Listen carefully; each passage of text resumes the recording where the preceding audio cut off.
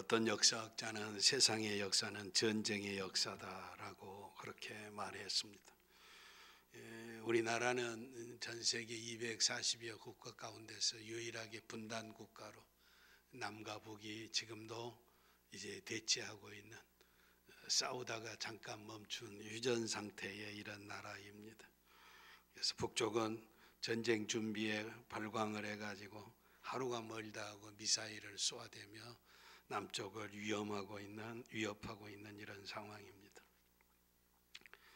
유럽에서는 전 세계 강대국, 최강대국 중에 하나인 러시아가 아주 약한 약소 국가인 우크라이나를 침범해서 완전히 국토가 전쟁터로 변하고 수많은 사람들이 이산가족이 되고 보금자리들이 다 폭파되어지고 젊은이들이 전쟁터에서 죽고 아무것도 모르는 어린아이들이 눈물을 흘리고 비참해가고 이 추운 겨울에 피난의 행렬이 끝을 이어가고 있는 이런 일들을 우리가 텔레비전에서 보고 있고 참으로 안타깝고 고통스러운 일입니다.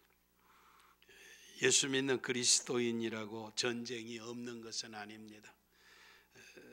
성경의 기록 가운데 수많은 수백 번의 전쟁 기록이 나타나 있습니다. 그런데 오늘 본문의 말씀은 성경 가운데 나타난 첫 번째 전쟁의 기록이기도 합니다. 이 창세기 14장에는 9개 나라의 9나라의 왕들의 이름이 기록이 되어 있습니다. 아브라함의 조카 롯이 살고 있는 소돔 왕도 전쟁에 참여하고 있습니다. 소돔 고모라를 공격해온 엘람 왕은 그돌라오멜이라고 하는 왕으로 세속 역사에도 나오는 유명하고 강력한 왕입니다. 이제 주위 나라들이 자기들에게 조공을 바쳤는데 그 조공을 바치지 아니하니까 이제 조공 바치기를 거부하고 자유를 되찾은 그 나라들을 침략해 온 것입니다. 그래서 창세기 24장에 거기 살고 있던 아브라함의 조카 롯이 전쟁에 휘말려 모든 것을 다 잃어버리고 빼앗기는 비참한 전쟁에 휘말리게 된 것입니다. 그럼 왜 전쟁에 휘말리게 됐습니까? 왜 전쟁에 빠지게 됐느냐라고 하는 것입니다. 전쟁에는 여러 가지 이유가 있지만 그 이유 중에 하나가 조카 롯이 소돔 땅에 살고 있었다는 것입니다. 그런데 이제 아브라함은 거기 살고 있지 아니하고 아모리 족속 마므레 상수리 근처라는 거예요. 그러니까 소돔성 사람들이 사는 땅에 살고 있는 롯은 전쟁에 휘말리고 아모리 사람 땅에 살고 있는 아브라함은 전쟁에 피해 있었다라고 하는 것입니다. 둘이 함께 살다가 나누어졌습니다. 롯이 소돔성에 살게 된 것은 눈을 들어 보이는 대로 물이 넉넉하고 여호와의 동산 같고 애굽 땅과 같은 소돔 땅을 선택해서 자기가 갔습니다. 그들은 목축을 하는 사람들이에요. 소나 양이나 낙태나 이제 이런 짐승을 키우는 사람들이니까 푸른 초장이 있고 잔잔한 시내가 흐르고 비옥한 이런 땅이 살기 좋고 자기들의 하기에 목축하기에 좋은 땅이었다. 그래서 거기 골라 갔다라고 하는 것입니다. 그러나 눈에 보이는 대로 한 선택의 결과는 모두 다 빼앗기고 자신과 모든 그의 가족까지 포로로 끌려가는 비참한 처지가 됐다라고 하는 것입니다. 전쟁, 이거 비참한 것입니다. 예수님도 종말에 처처의 전쟁과 지진과 기근이 일어날 것인데 이때 겨울에 이런 일이 일어나지 않도록 위해서 기도하라라고 말씀했는데 이 추운 겨울에 이제 봄의 문턱에 와 있지만 피난 가는 사람들을 보면 무겁게 옷을 입고 이제 어린아이들을 손을 잡고 가방을 들고 걷고 버스를 타고 차를 타고 가는데 그저 100m 가는데 1시간씩 걸리고 이렇게 피난을 가는데 어디 가서 어떻게 만나야 할지도 모르고 또 피난 가지 못하는 사람은 다 폭파된 자기 집들을 바라보고 지하철역에 계단에 비집고 들어가서 거기서 은신하고 도대체 언제 나올 것이냐. 천진난만한 어린아이들은 아무것도 모르는 가운데 거기서 취해 떨고 있고 울고 있고 고통하는 것이다. 우리가 무슨 전쟁을 다 설명 안 해도 얼마나 비참한 것인가를 우리가 두 눈으로 확실히 보고 있고, 북한 땅이 우리를 침략하기 위해서 이제 하루가 멀다고 미사일을 쏘아대고 협박하고 이런 일인데, 각도만 틀어지면 200km, 300km, 500km, 700km가 날아가는 미사일을 던져 쏘고 장난하고 있는데, 언제 이 방향이 남쪽으로 바꿔질는지 알 수 없는 이런 상황에 처해 있다라고 하는 것입니다. 이것이 눈에 보이는 대로 선택한 결말을 우리에게 보여주는 성경의 생생한 교훈입니다.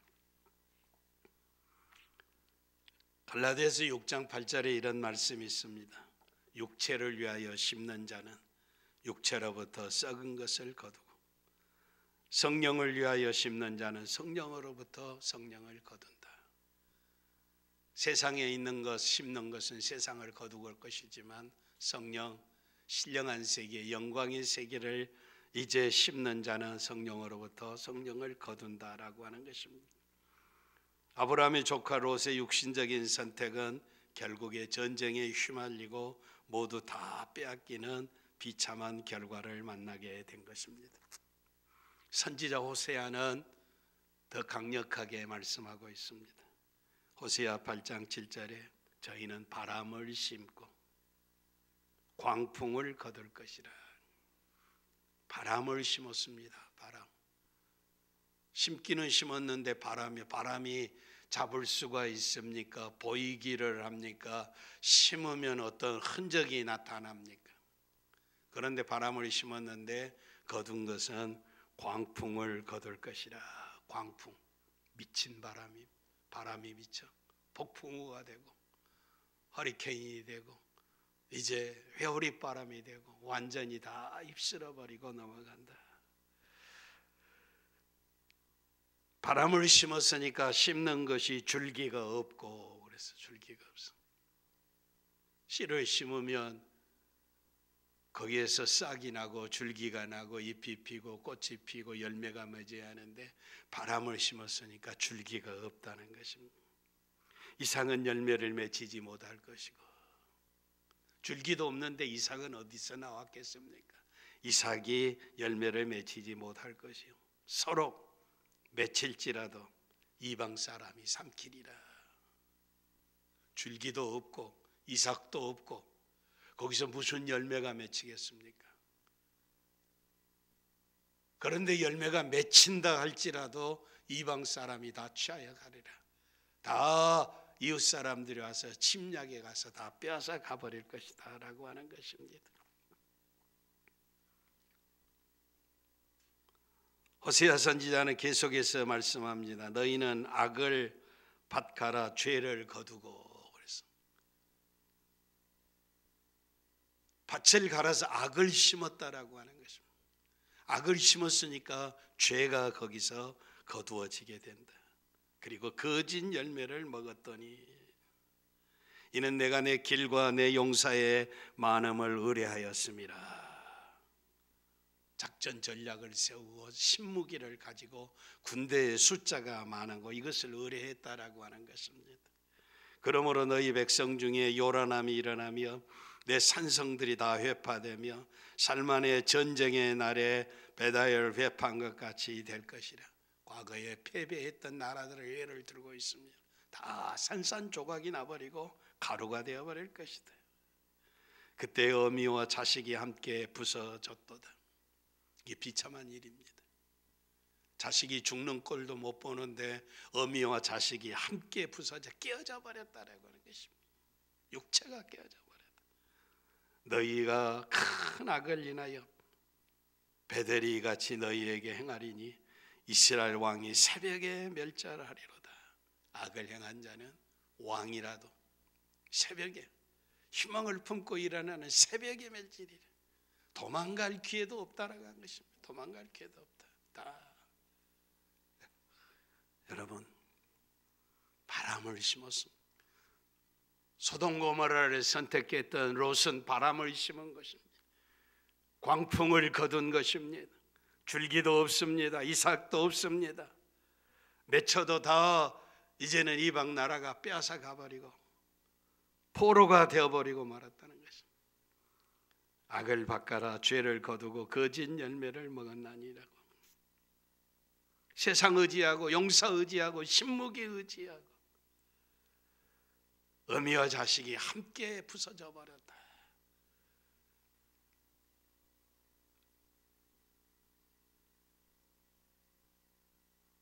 왕이 새벽에 멸절하라.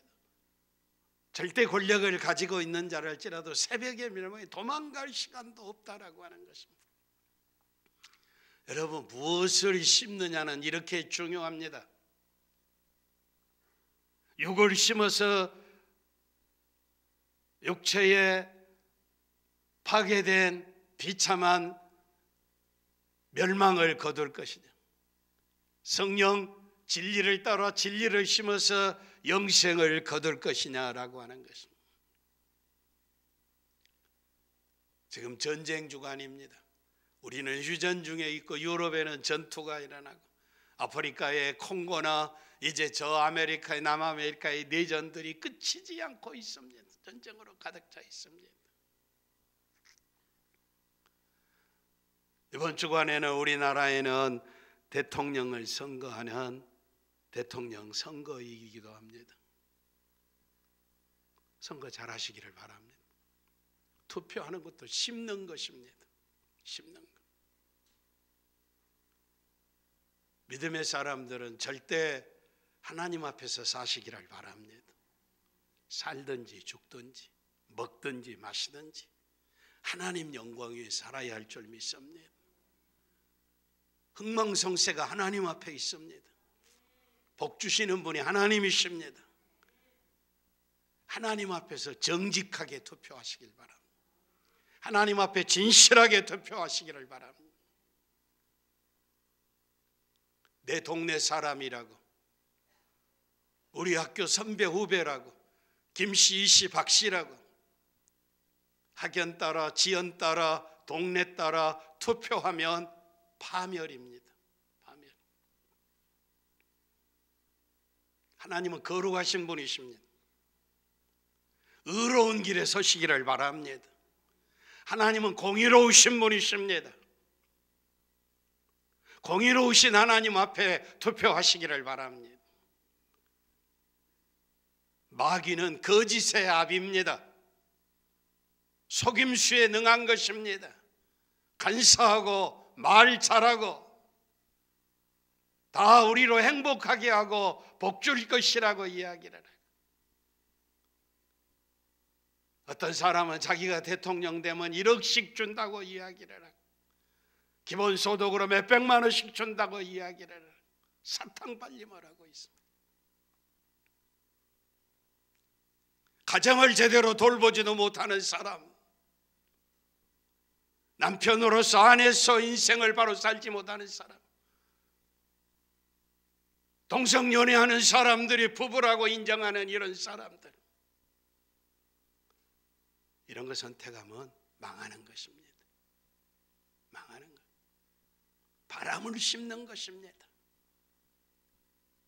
나와 내 가정과 내 후손들이 어떻게 살 것인가? 공의롭게 사시기를 바랍니다. 투표 잘하시기를 바랍니다. 내가 속아 넘어가고 내가 거짓과 정직하지 못한 사람을 심으면 결국 내가 화를 당하게 돼 있습니다.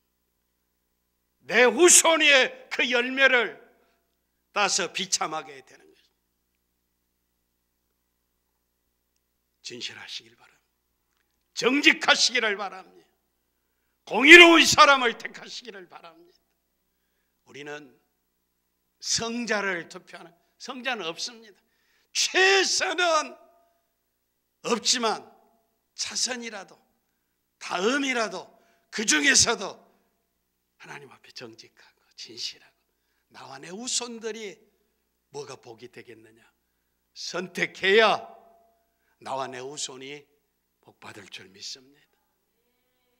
바람을 심으면, 거짓을 심으면, 불의를 심으면, 부정을 심으면 광풍을 거둘 것이다.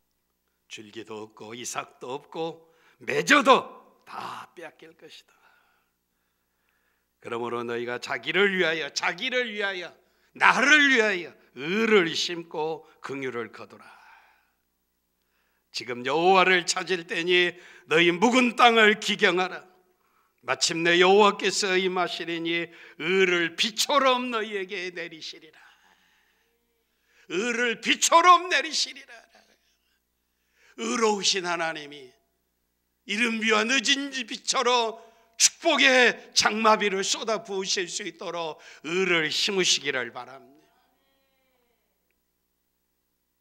기도 많이 하고 이것이 하나님을 기쁘시게 하는 일이냐?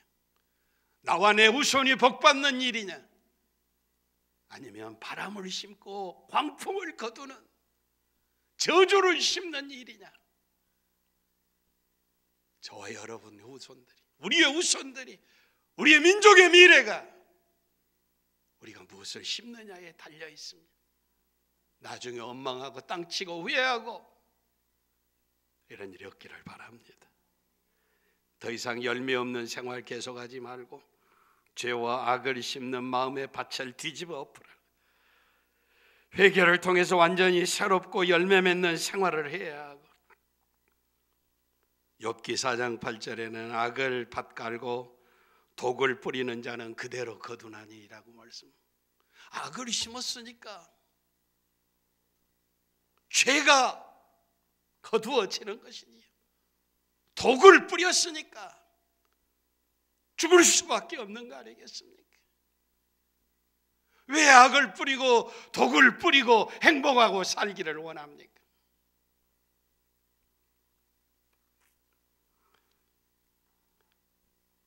하나님의 입 기운에 멸망하고 그 콧김에 사라지느니라.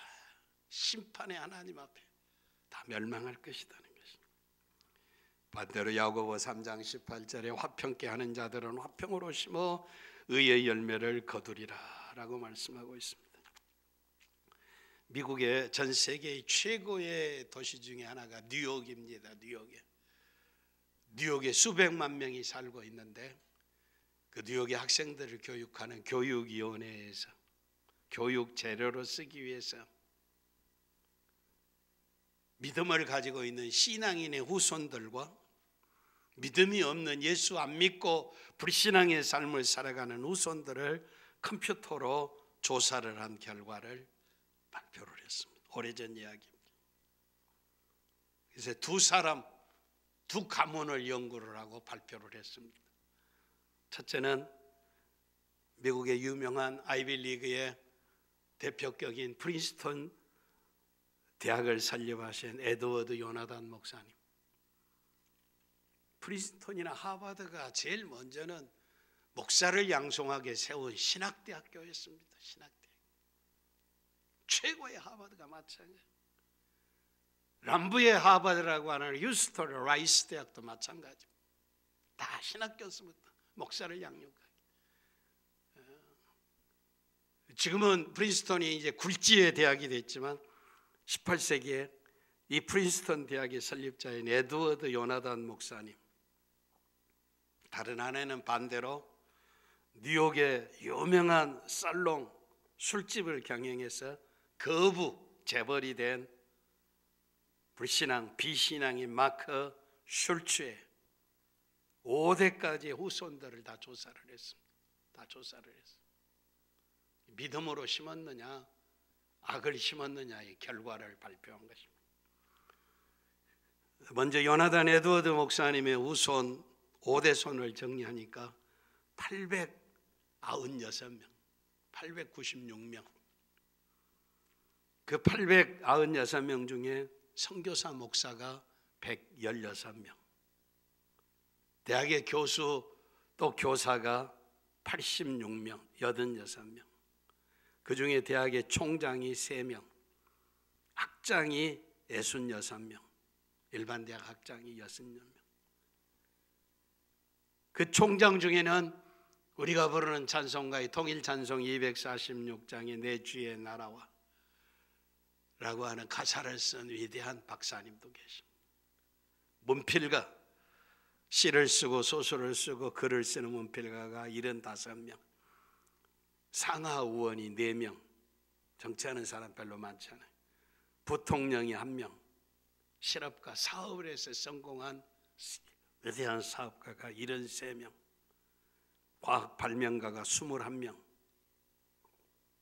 그래서 896명 중에 교회의 장로 집사가 286명, 286명.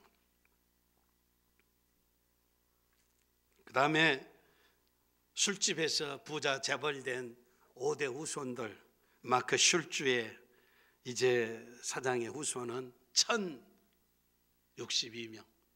에드워드 목사님보다 100여 명이 더 많습니다. 1062명. 그러니까 죄 짓고 사니까 팔아가고 강탕해서 숫자는 많아졌어요. 그런데 그 1062명 가운데 평균 교도소 생활을 5년 정도 한 사람이 96명, 10%. 10 중에 하나가 교도소 생활을 5년 이상이나 했다는 것입니다. 그리고 정신병자, 알코올 중독자가 58명, 창녀가 65명. 그리고 이제 가난한 사람들에게 주는 정부가 주는 웰페어, 극빈자 이제 혜택을 받고 사는 사람이 286명, 286명. 그리고 불황무식자, 미국에 살아도 뒷골목에 가면 신문을 몰고 글 먹는 사람들이 많아요. 공부하라고 해도 뭐 공부할 필요가 없다고 월페어 따면 되지. 그래서 불황무식자가 460명. 그런데 더 비참한 것은 그들이 저지른 사고로 인해서 연방정부가 돈을 이제 그들을 위해서 쓴 금액이 무려 1억 5천만 불이나 된다는 거예요. 세금 걷어서 이 정신병자, 교도소, 불황무식한 인생들, 그 후손들을 위해서 세금 걷어서 1억 5천만 불이나 5대에 쓰게 했다는 거예요. 나라 망하는 꼴이에요. 결과가 무엇입니까? 믿음으로 산 사람에게는 하나님의 위로가 있음을 확실히 보여주는 세속의 통계입니다. 바람을 심으면 광풍을 거두고, 악을 심고 독을 심으면 심는 대로 죄를 거두고 파멸을 거두고 세상 멸망한다. 전쟁은 끊이지 않고 있는 역사인데 내가 무엇을 선택하느냐라고 하는 중요한 것입니다. 소돔 고모라를 선택했던 조카 롯이 전쟁에 휘말린 것처럼 이 땅에 살아가는 동안 우리가 하나님 섬김에 살아가는 것을 감사하시기를 바랍니다. 거룩한 땅에 있는 것을 감사하시기를 바랍니다. 의로운 길 걸어가는 것을 감사하시기를 바랍니다. 투표장에 가서도 남 눈치 보고 동네 사람, 우리 학교 선배 김씨, 이씨 찍어서 나와 내 후손을 멸망하게 하는 이런 비참한 일들 없게 하기 위해서 투표 잘하시기를 바랍니다. 하나님 앞에 진실하고 정직하고 신실한 사람, 거짓말하고 도둑질하고 부정부패하고 입만 번지르하게 살아있는 사람 다르면 결국 저와 여러분이 불행해지는 것입니다. 저와 여러분이 불행해. 하나님 앞에 이번 주간 잘 지내시길 바랍니다. 조카 롯이 전쟁에 휘말린 이렇게 다 빼앗겨버린 비참한 소식을 아브라함이 들었습니다. 롯은 그의 부를 채울 욕심으로 하나님 앞에 죄인이었던 소돔성 사람들과 하나가 되어서 연합했습니다. 그는 이제 그 어리석은 선택의 결과로 엄청난 대가를 치르고 있습니다. 재산의 증식에 급급하다가 결국은 그 재산을 모으는 것 같았는데 다 빼앗겨버리고 말았습니다. 심지어는 살아갈 자유까지라도 박탈당해버렸습니다. 행복한 처자와 종들까지 다 포로로 끌려가 버렸습니다. 롯에게 남은 것은 포로의 비참한 생활과 비굴하고 초라한 육체만 남았습니다. 죄를 선택한, 악을 뿌린, 독을 따라 살아간 대가가 얼마나 비참한 것인가를 보여주고 있습니다. 이때 믿음의 사람 아브라함은 조카가 전쟁에 휘말렸다는 소리를 듣고 훈련된 318명의 군사를 데리고 조카 롯과 그의 가족을 구원하기 위해 추격에 갔습니다. 이제 잘못된 사람 같으면 그렇게 생각할 수 있었어. 너 그럴 줄 알았어. 네가 좋아서 눈에 보이는 대로 선택해서 갔는데 그 꼴 만날 줄 알았어. 네가 선택해서 네가 결정한 것이니까 네가 당해도 싸. 전적으로 그건 너의 책임이야 라고 외면해 버릴 수도 있습니다. 그러나 아브라함은 그렇게 말하거나 행동하지 아니했습니다. 형제가 전쟁에 휘말렸는데 그렇게 둘 수 없었습니다.